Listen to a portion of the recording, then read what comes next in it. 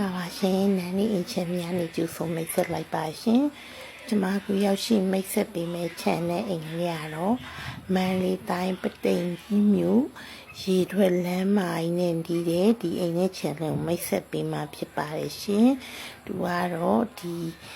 မျက်နှာစာအကျယ်ပေ30ရှိပြီးတော့အနံက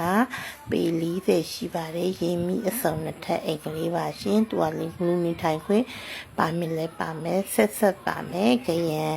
မိတူလဲပါမယ်ရှင်ဒီဘက်မှာဆိုကားထားလို့ရလို့အောက်ထပ်မှာလဲသူကအိတ်ခမ်းတစ်ခမ်းပါမယ်အိတ်ခမ်းပါမယ်အပေါ်ထပ်မှာ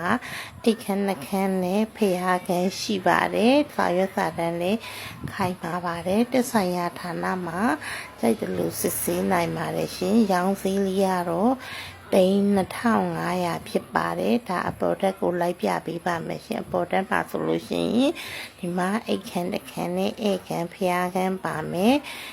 ခြံဝင်းလေးကလည်းတူဟာလေးနဲ့တူဒီဟာလေးကခြေပါတယ်တင့်တယ်ပါတယ်ဒီပြည်သားစုများတဲ့လူတွေအတွက်လည်းအရန်ကိုအဆင်ပြေတယ်အိမ်လေးတစ်လုံးဖြစ်ပါတယ်ဒါအပြင်ဘက်ကိုကြည့်တဲ့ runner လေးပါနော်သူကရေရွက်လမ်းမိုင်နဲ့ဆိုလို့ရှိရင်စက္ကန့်မိုင်လေးပဲဝင်ရပါတယ်အားလုံးကိုအထူးကျေးဇူးတင်ရှိပါတယ်ရှင်ဒါရေရွက်လမ်းမိုင်ပေါ့နော်မြင်နေရတဲ့စက္ကန့်မိုင်လေးပဲဝင်ရတာပါရှင်